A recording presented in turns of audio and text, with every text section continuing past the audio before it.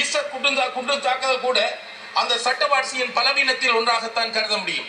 அதே போன்று கடந்த காலத்தை எடுத்துக்கொண்டால், அதாவது மஹிந்த ராஜபக்ச அவர்கள் ஆட்சி செய்த 2005க்கும் 2015க்கும் இடைப்பட்ட காலத்தை எடுத்து பார்க்கின்ற போது அங்கு நடைபெற்ற படுகொலைகளை பற்றி நான் சொல்லுவதாக இருந்தால் இன்று நாள் போதாது. அதாவது 40க்கும் மேற்பட்ட ஊடகவியலாளர்கள் படுகொலை செய்யப்பட்டிருந்தார்கள். அது மாத்திரமல்லாமல் எமது தமிழ் தேசிய கூட்டமைப்பை அழிப்பதற்காக எமது சிரேஷ்ட தலைவர் ஜோசப் பர்ராசிங்கம் ஐயா அவர்கள் படுகொலை செய்யப்பட்டிருந்தார்.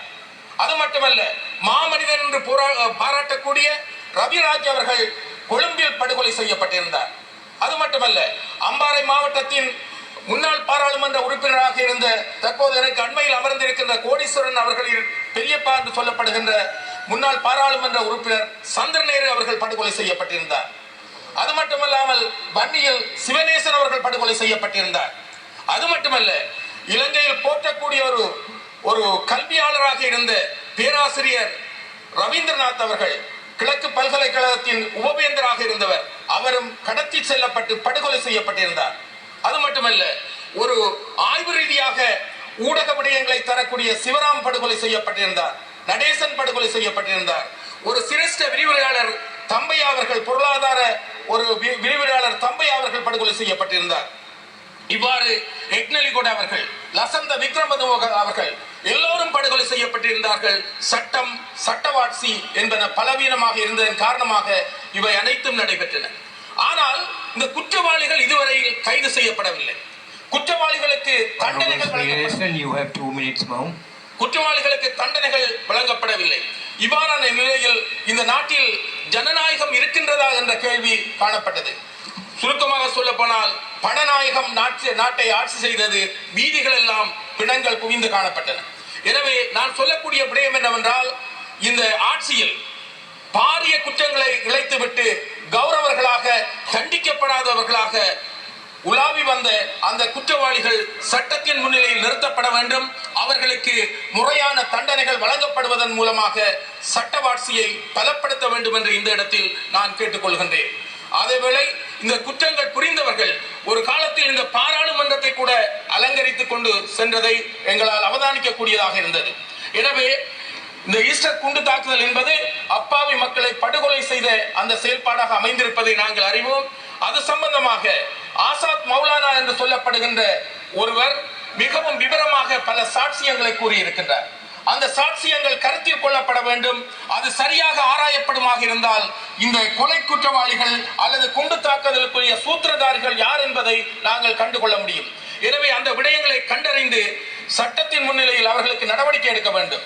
சட்டவாட்சி என்று நாங்கள் சொல்லுகின்றோம். இன்னொரு விடயத்தை சொல்லுகின்றேன். மயிலத்தமடு, மாதவனை போன்ற பிரதேசங்களில் அத்துமீறிய குடியேற்றம் அங்கு காணப்படுகின்றது.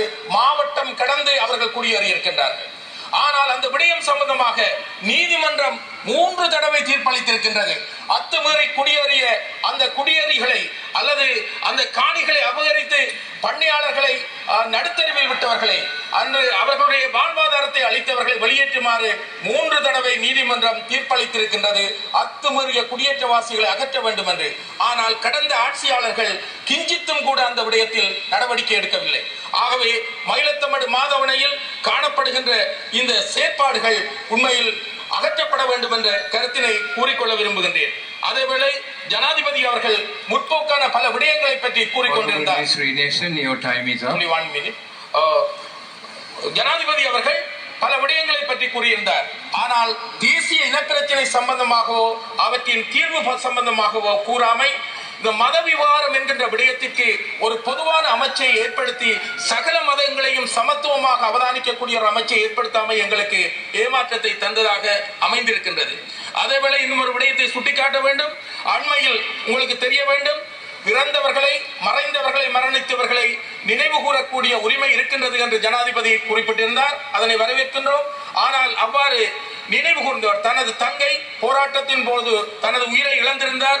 அந்த தங்கையை நினைவு கூர்ந்ததற்காக கொக்கட்டிச்சோலையைச் சேர்ந்த நாராயணன் என்பவரை அவர்கள் குற்றப்புலனாய்வு, பயங்கரவாத தடுப்பு குற்றப்புலனாய்வு அதிகாரிகள் 4ஆம் மாடிக்கு அழைத்திருக்கின்றார்கள். எனவே ஒன்று சொல்ல விரும்புகின்றேன். அதாவது அரசாங்கம் சில வேளைகளில் நல்லதை செய்ய நினைத்தாலும் சில அதிகாரிகள் இந்த அரசாங்கத்திற்கு மாசு ஏற்படுத்தக்கூடிய விதத்தில் அல்லது கரி பூசக்கூடிய விதத்தில் சில செயற்பாடுகளை செய்கின்றார்களோ என்ற சந்தேகம் இருக்கின்றது. எனவே அப்பாவி மக்களை அச்சுறுத்துகின்ற செயற்பாடுகளை முடிவுக்கு கொண்டு வர வேண்டும். இன்னும் மறுபடியும் சொல்லியாக வேண்டும். 1986 ஆண்டு கால பகுதியில் மட்டக்களப்பில் விமான நிலையத்திற்கு பக்கமாக சென்ற பாதை அடைபட்டு விட்டது. அன்றைய காலம் யுத்த காலமாக இருந்தது. இன்று யுத்தம் முடிந்து 15 ஆண்டுகள் கடந்திருக்கின்றது. அந்த பாதை இன்னும் திறக்கப்படவில்லை. அந்த பாதை மூடப்பட்டதன் காரணமாக மக்கள் 8 வளைவுகளுக்கூடாக, அதாவது 8 வளைவுகளை சந்தித்து பயணிக்கக்கூடிய ஒரு துர்ப்பாக்கிய நிலை காணப்படுகின்றது.